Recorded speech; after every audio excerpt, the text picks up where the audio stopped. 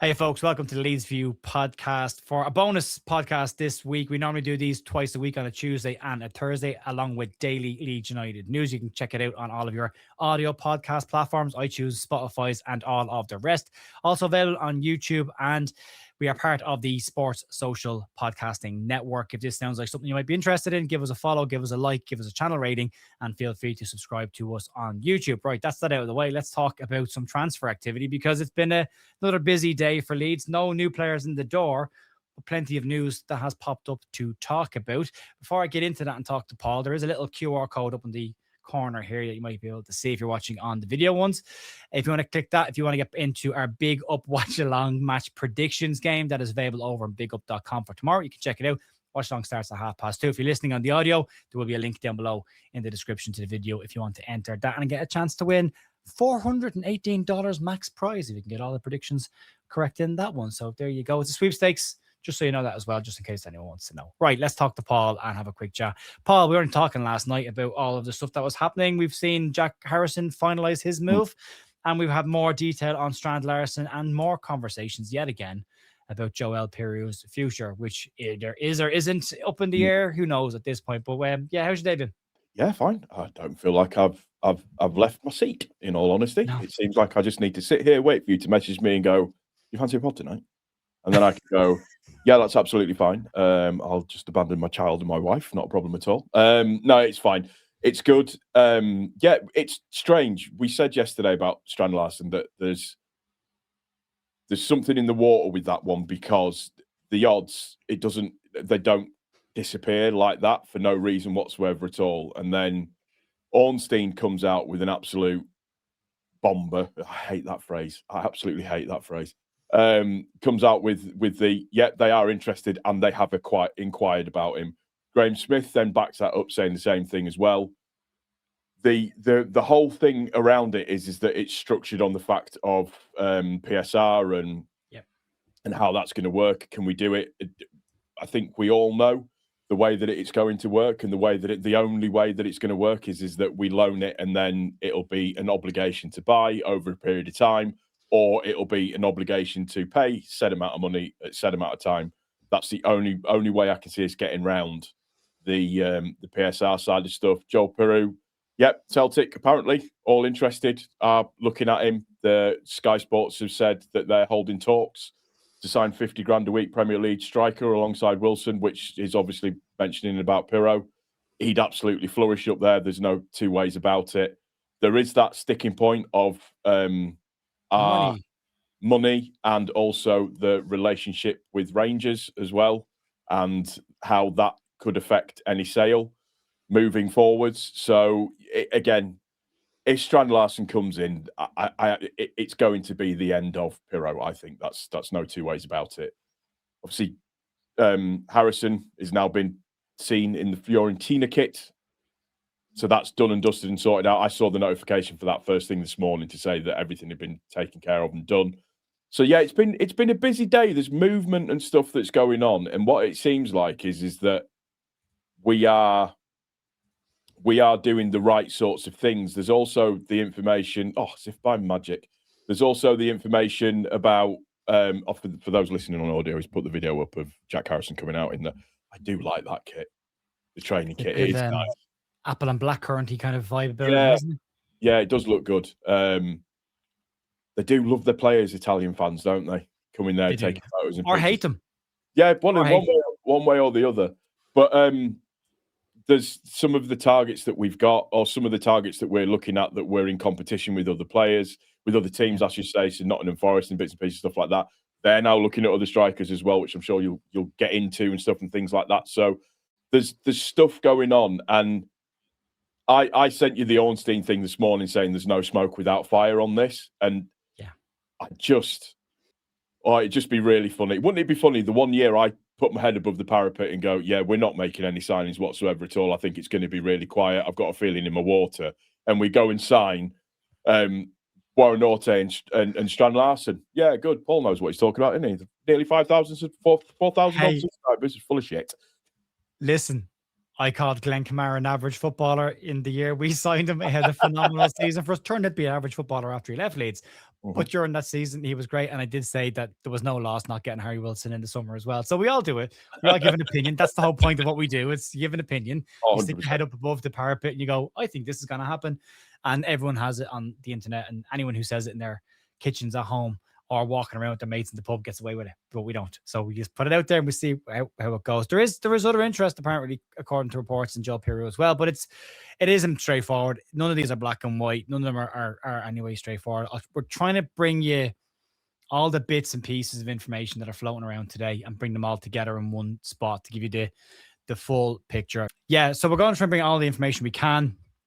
There's a lot of stuff floating around about strikers in and out of the club. And Strand Larsen's the main one. So Dave Arnson, as Paul has already said, came out with an article today and it said that Leeds have inquired about Strand Larsen.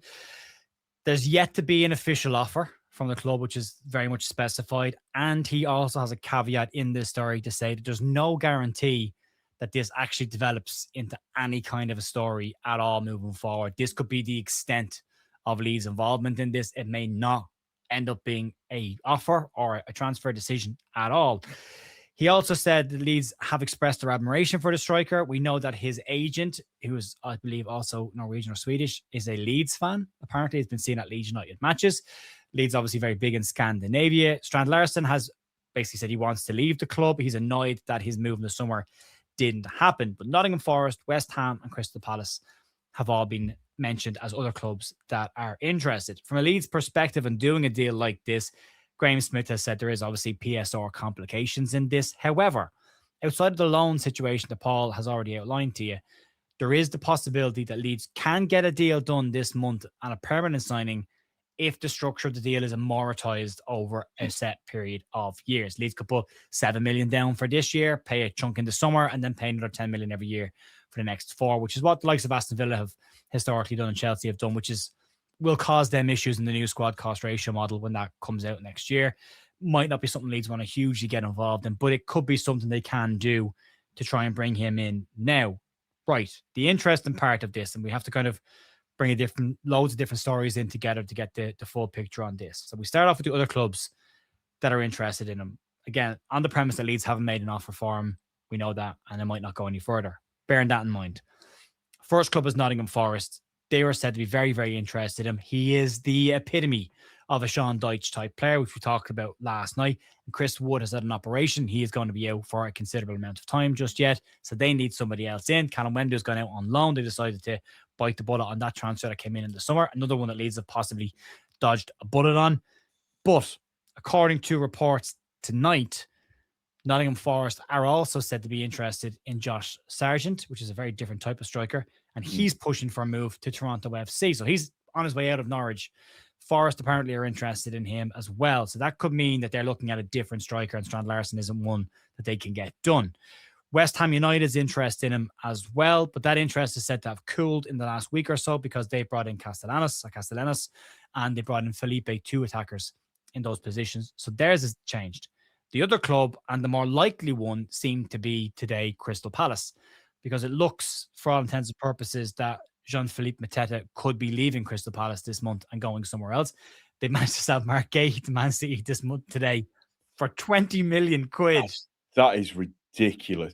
Have you seen that thing as well about saying that somebody put it up? I can't remember who put it up there, but it's along the lines of that Arteta's been phenomenally backed and everything that goes with it. And then somebody turned around, somebody said, that's absolute horse cacker when you look at it, that he's the only one that's been properly backed. Manchester City have spent £500 million on a second string, or a second 11, if you want to call it that, with the addition of Mark Gahey. It's absolutely ridiculous the amount of money that they can spend in terms of just sucking up players and getting players. 20 million. His add-ons, I think his add-ons. They're centre-backs, Paul, before they even get to that. Yeah. Akanji, Ake, Diaz, Vardiol, Kushunov. Kushunov they only brought in this time last year. Kushunov, John Stones is there as well. They're not all fit and available, but that's just right now. That's before you add then Gahey to that. Mm-hmm. Like, how many centre-halves do you need? And they've got players in midfield that can play centre-back as well. So It's crazy, but 20 million quid, considering what Liverpool were trying to pay for him in the summer, and then Liverpool had their pants pulled down, their bum smacked again. 40. As this one's happened. Fucking mad. But again, obviously the Strand Larsen transfer as well. So it's close to 60 million pounds Newcastle were offering them in the summer, and they could be getting close to 30 if they're lucky now, Wolves. So yeah, decisions that were made. But yeah, Crystal Palace interested in Mateta could be leaving. However, according to reports again today, they're being linked with a move for Jonathan David, who Leeds were linked with earlier this month as well. And he's a very good striker, Canadian striker, will be going to the World Cup. And the bigger part of that is Glasner is the one that wanted Strand Larsen. Yep. And Glasner has announced today formally that he won't be signing a new contract with Crystal Palace and will leave at the end of the season, which might just put the clobbers on that one and box it off completely. So if you're looking for hope, and if you're looking for someone to say there's a chance, there might be a chance. Welcome to the chances. It's very tenuous. Yeah, it is. It's about as strong as the PSR complications mean Leeds need to be able to structure a deal in a specific way.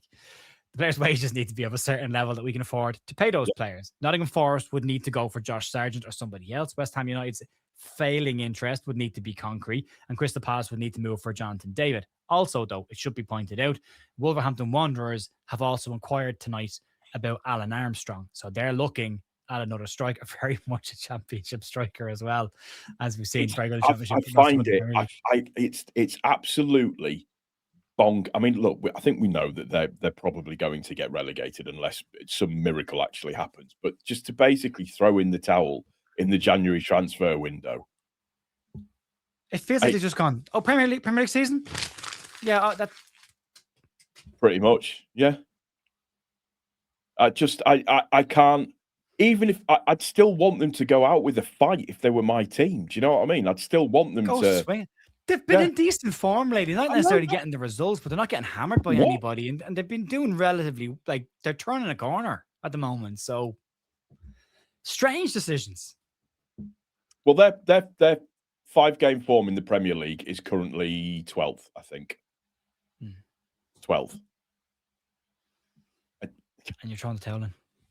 So anyway, all those things would need to align in order for Leeds to be in a position to get him. The interesting one, and I put a lot of stock in, like Graham Smith knows his stuff as well. Yeah. Ornstein's put the article out, but he has put in the caveat that there's no guarantee it goes further. But Graham Smith has said he thinks this is one to watch. Now, Leeds did have a mystery fund of chunky money in the summer that they wanted to throw at Igor Piroe, which, again, talking of bullets dodged, he hasn't exactly set the world on fire in France. Yep. They were looking at that, and they said that was available for a special player, and that didn't mean it was going to be available for every player, which they then subsequently didn't really spend. And the money they spent on Noah Okafor definitely wasn't the same volume of money they were going to spend on Piroe. So there could be something to it. There could be nothing to it. That's why this is transfer talk and rumor mill territory. But there's an awful lot of noise all of a sudden around something that was initially just odds dropping from 33 to 1 to 2 to 1. Somebody in Wolverhampton Wanderers has put a ton of money on that, because, as I said yesterday in the pod, there was no talk of a rumor of a link or anything about Strand Larsen to Leeds, and then the odds dropped, which means somebody got wind of this in the club and went, money. There you go. Take some of that. Have some of that. Yeah, it's fun. It's just, but again, are we now being shown the way that the 49ers want to do business again? Again, caveating, we know this is all hypothetical, hyperbole, all of that kind of stuff. But I said to you on a message yesterday, this is exactly how I want business to be done. I want to know about interest. I want to know that we've made an offer, and then just done. Just finished, done, sorted out, and everything's absolutely fine. I mean, we can then spend the rest of the time going and looking for either a cover wing back or a cover centre back after that. So it's just like, I'm not familiar with this strategy. It's a bit weird. It is really strange. That's let's wait and see if it turns into anything first. We'll see if it actually materializes. But it is interesting. At the same time, I am giddy, like you would not believe. I am holding it below the surface, like you would. Like, I've got the fizz. I have the fizz.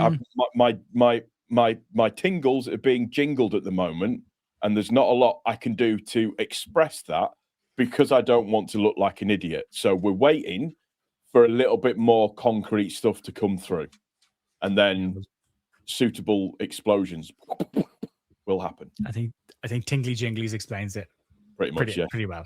Yeah.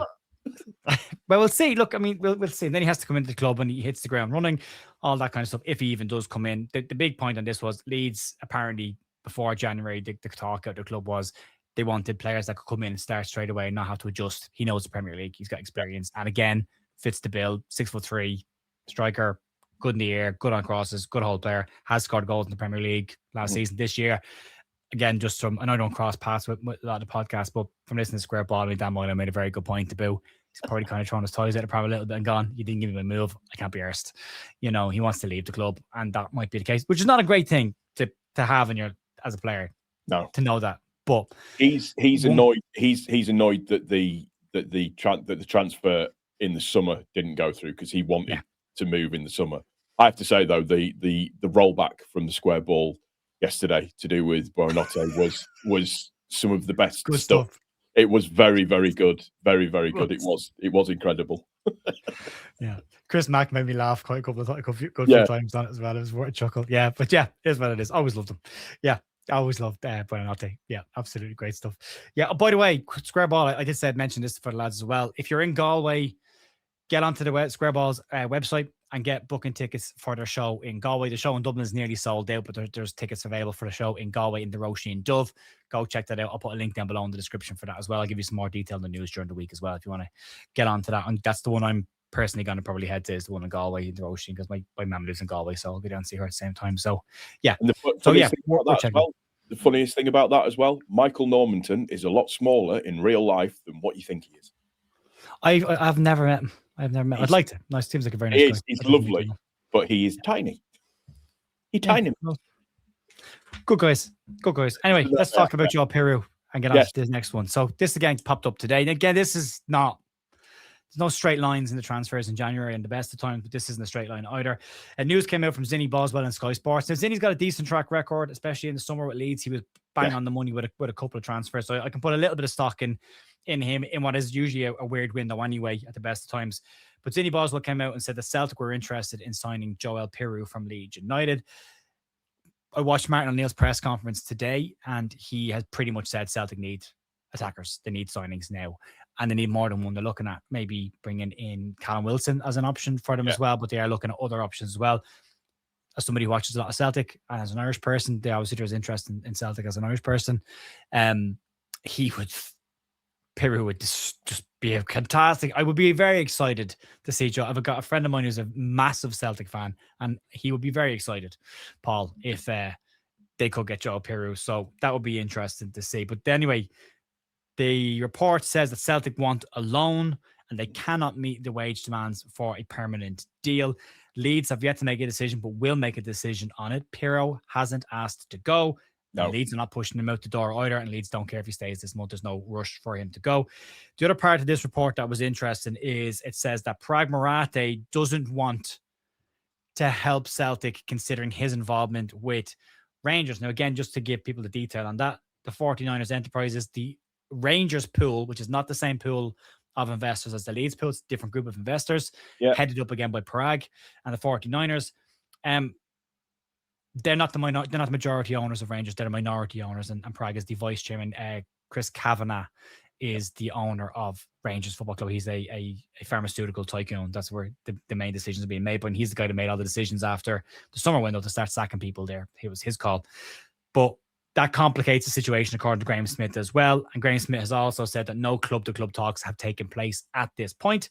Leeds not pushing to sell him. Needs to be a proper offer. If he does go, loan move doesn't help Leeds in any way, shape, or form. Some reports have said they expect Joel Piroe to still be here come the end of the month. It's going to be an offer for a player. The Leeds will go, can't say no to that cash. We can spend that. Off you go. A loan, unless it's an obligation or an option, makes no sense. Yeah, we don't have to sell him. As much as I've said it a couple of times now that I think that it would be the end of Piroe if Strand Larsen comes in. We don't have to sell him. And the only way that we would entertain selling him is not by a loan.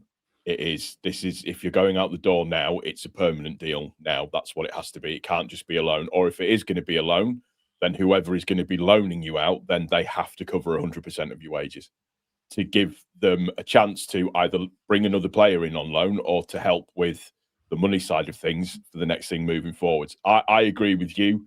I think he would absolutely tear it up at Celtic. He would be like Mark Viduka reincarnated almost for me going up to Celtic. It would be interesting to see what he did up there. It's a bit disappointing that you're hearing that obviously Piroe doesn't want to help Celtic out in any way. I get it to a certain degree, but that's the first inkling of this club to club relationship that isn't supposed to be a relationship, but technically it is a relationship coming to fruition. Do you know what I mean? So that kind of that bothers me a little bit. Not too bad. It's not, end of the world kind of scenario, but it's something that I don't like to see because it shouldn't have any bearing on where Piroe should be playing his football. He should be able to go and play wherever he wants to. Now, with that being said, I do like the cut of Piroe's jib. I do like the fact that he's turned around and said, I don't want to leave. I do like the fact that he's turned around and said, I want to fight for my place. For me, I have respect for him for doing that. I know, is his partner pregnant at the moment as well? Or have they just had a baby? I don't know. Because I think also as well, he's very, very, very settled. At this moment in time. So he's where he wants to be. He wanted to be a Premier League striker, and this is his first crack at that, and he hasn't gotten the game time he would have wanted. And I think the issue has always been and will be the system doesn't exactly fit the Joe Piroe type of player. Where I think if he goes to someone like Celtic, I think he fits there like a hand in a glove. I think he would smash it in the first week. I think he'd be. Adam Ida was incredible for Celtic, and Adam Ida, as I've said before, is an average enough Championship level striker, and he's been decent for Ireland, and he's decent in the Championship. But Adam Ida is not a Premier League level striker. Joe Piroe would be levels above Adam Ida for me. So Joe Piroe would go up there and absolutely kill it, and he'd have European football as well. And Martin O'Neill's already shown a turnaround in their form since he's gone back up there after the disaster that was Wilfred Nancy. So why did that? I can tell you why. The director of football, whose name escapes me now right now, the second begins with T, I think, had a relationship with Nancy. He basically worked with him before. He was his assistant, and he was the one that lobbied for him to come to Celtic. So when Nancy was sacked, so was the director of football. So both gone. Cleaned out. Yeah, but Celtic needs to clean out anyway. The entire back office there needs to complete clean out. But Martin O'Neill will sort them out for the short term. Still in touch and distance of the league. So Joe Piroe would still have a chance to, maybe pick up a trophy at the end of the season and probably pick up a top goal scorer award as well pretty quickly. So I mean, there's reasons I could see, it would work perfectly for him. From a personal perspective, he could go up there and be an absolute massive hit. He'd be a hero at the club. He'd be a huge star there because of what he would do. From a Leeds perspective, he's still an important asset to Leeds. He still has a part to play in Leeds season. From a personal perspective, with connecting to Leeds, he doesn't have to go anywhere. He's got a good contract. He's on good money. He's wants to be in the Premier League, and he's here. And I can't fault him. If he made any decision, I would be like, I can totally understand it. If he decides I want to go to Celtic, I could get that. If he says I want to stay here, fine, no problem. I understand that as well. And from Piroe Marate, as much as I don't like to say it, but from Piroe Marate's position of not wanting to make Celtic striker, and as someone who's the vice chairman of Rangers, I totally get it. Can you imagine the stick he'd get from the Rangers fans? Just loan him or just buy him at Rangers then, move him that way instead. Put my Leeds hat firmly on. If there's an option there and there's money that you can move around to free up money to buy a Strand Larsen, and if you're looking at bringing him in anyway, and Piroe is surplus to requirements, then do that move, but don't bite your nose off to spite your face either, is what I suppose I'm trying to say here. But I could understand all sides of it. I like Joe Piroe, and I don't like talking about him as much as we have been this month. But given Leeds, and it is a but, it's a big but. And when you think about it from a PSR perspective, you can't put sentimentality into this. You've got to look at it and go, no. Some of the people we like are going to have to move on at some point anyway. Like when we get to the summer, if we're still a Premier League club, the first thing you're looking at are what positions get upgraded. Because you're not going to stay in 16th or 17th forever. You're going to have to improve your squad. Depends if you believe the internal memo that was leaked. Well, 15th next year, 16th this year, 15th next year. But you know what I mean? Over time, you're going to have to increase. And we didn't do it properly last time around. And that's why we went back down. So you've got to, unfortunately, go, this is not a personal thing. These guys have been great for Leeds. They're part of Leeds' history now, getting promoted back to the Premier League. They've done great since they've come into the Premier League. But you're inevitably going to be talking about which player gets upgraded next summer and which one gets upgraded the summer after. And then in 3 years' time, most of these players probably aren't even here anymore or sitting on the bench. And that's life. No, it's very true. It's as much as it is. I was thinking about it today actually with Norte coming in and thinking, well, is he going in front of Aronson? What a mad world that we live in, where I'm sat going, but does he get in front of Aronson though as a starter? Know, right? But does he? How does he? Where does he do that? Do you know what I'd really love to see us? I'd really love to see us play 3-4-3 with him just in behind two strikers, because that would be delicious. That would be absolutely delicious. I like the two up front. I mean, I thought Mecha and DCL was probably the best we'd looked from an attacking perspective against Chelsea up front. I would love to see that again. And if it's a Strand Larsen and a DCL or a Mecha and a Strand Larsen, you've got options there. You need that extra body, and then pop him in behind. Yeah, it'd be even Aronson, the way he's playing right now as well. Pop him in behind that too, and it's still good. So yeah, look, it's really interesting, Paul. But it seems like a tougher one that they'll actually get done. But there's lots of moving parts in all of these, as always tends to be the way in January. Before we wrap it up, Paul, there's some maddling. It wouldn't be a January transfer window without Noah Lang's name popping up. Yeah, that came up out of nowhere again, didn't it? Yeah. Noah Ryan Kent Lang himself. Area Napoli say that it potentially there's a possibility of him moving out. Conte's not overly keen on him since he's come in. He hasn't set the world on fire. Was very good at PSV last season, 14 goals and 12 assists. Napoli want to sell him. Leeds would like probably an option. And I'm going to say this, if there's any truth in it at all, of which I don't believe there is any truth in it, but Noah Lang's name in Leeds just keeps floating around. Leeds have been interested in him for a long time. And the other one was the midfielder, Martin Batterina from Como, which to me feels very much like a summer transfer rather than a January transfer, because we've got loads of midfielders right now. Yeah, that's more of a definitely more for me, more of a summer thing. The Noah Lang one's interesting, just purely because it's almost like Ryan Kent Mark II. The biggest problem that you're always going to have, though, with it being Conte, that if Conte doesn't like you, then you're just not going to play in the team whatsoever at all. So even though you might not have been setting the world alight, you're not going to get the opportunity to with Conte, because he won't settle for that type of performance, unfortunately. So again, it's hyperbole, it's hypotheticals, but for God's sakes, Strand Larsen, Noah Lang, Norte, and Doki as a January transfer window. Yeah, on Doki, by the way. I think that one's gone. It's not happening. I don't think it is happening. Juventus, I think I've had a little sniff at him as well. There's a report here from 2 hours ago. Dortmund. So. The other one as well, though, but it's said, though, isn't it, that he wants to play in the Premier League. Yeah, he wants to play in the Premier League. And again, look at me clutching at straws. I've never even seen the guy play, and I've already fallen in love with him. But Crystal Palace are also looking at him as a possible replacement for Gahey, but they're also looking at Charlie Creswell, and West Ham are interested in Creswell, and so are Wolfsburg interested in Creswell. It's ridiculous. It's typical transfer window, typical January transfer window, which is it's a case of who blinks first and who makes the first move where.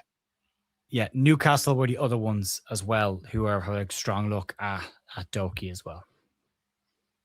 So there's a lot of clubs that can do the deal right now. Yeah. Leeds want to do it in the summer on a free transfer. He wants to come to the Premier League, so he's got options, but it doesn't look like that one's going to happen either. So that could be off the table. And if the rumors are to be believed that Sebastian Borneo is not going anywhere, listen to his comments with Leeds Live yesterday. He seems very happy with the situation he's in right now and going to fight for his place. So you're probably okay there for now. He's been getting a few more minutes, hasn't he? So, and he's been rewarded for that. And listen, what I will say is, with Borneo, I think he's a really, really good player. I do think he's a very, very good player. I think for the size of the guy and his wingspan, I just spat everywhere then, sorry. And his wingspan, he moves really, really well. He just glides across the pitch really, really well. So as long as he stays fit, I'm happy with it. And luckily, this adductor thing seems to not have been an issue whatsoever at all, because we're down to Dan James being the only one that's injured at the moment. So yeah. I don't want Borneo to go. I like him. I do like him. Yeah.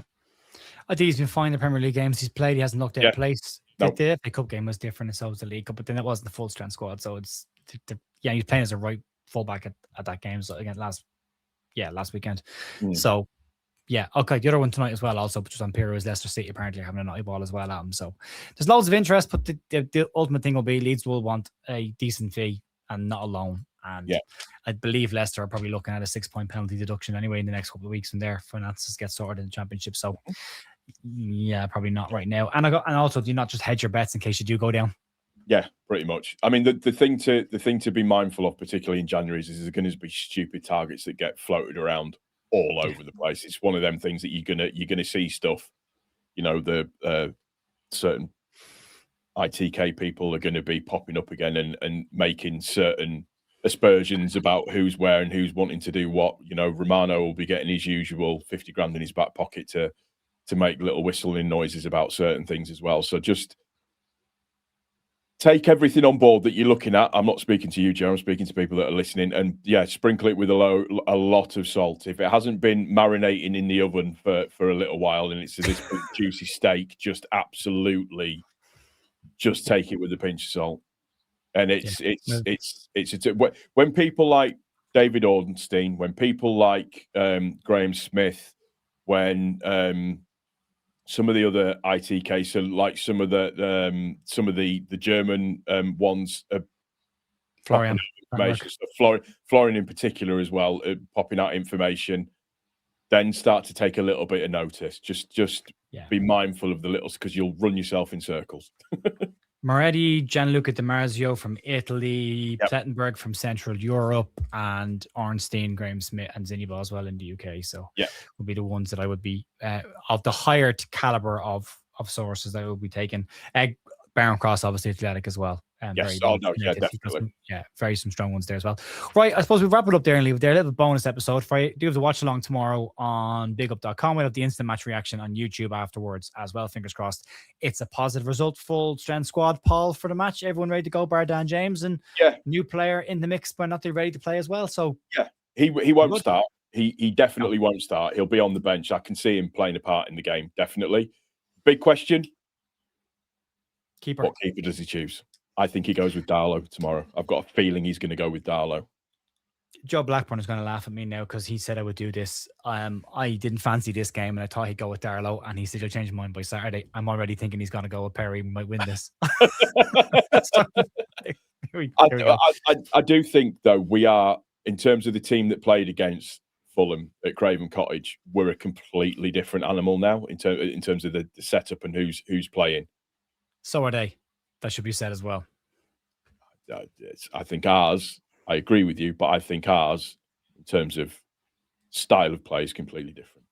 But I'm always try to be glasses half full as best as I can. The only time that I wasn't was against Newcastle, and I was proved right. So I refuse to do that again and put that hoodoo on our team. I took a lot of positives from that game, even though we lost. I did. See what happens. Yeah. Right, we'll wrap up there. You can check Paul out with the Leeds Therapy details down below. You can get our Big Up predictions competition game over on bigup.com, which is also linked down below. And also, if you're in Galway or in Ireland, if you're in the west of the country, there's a lot of Irish fans in the west of Ireland. Square Ball are coming to Galway to the Roisin Dubh. If you want to get your tickets for that, link for that will be down below as well. Outside that, enjoy the rest of your day. I'll see you tomorrow for the match, and if I don't see you then, I'll see you Monday morning for the news. Enjoy the rest of your evening. Talk to you later.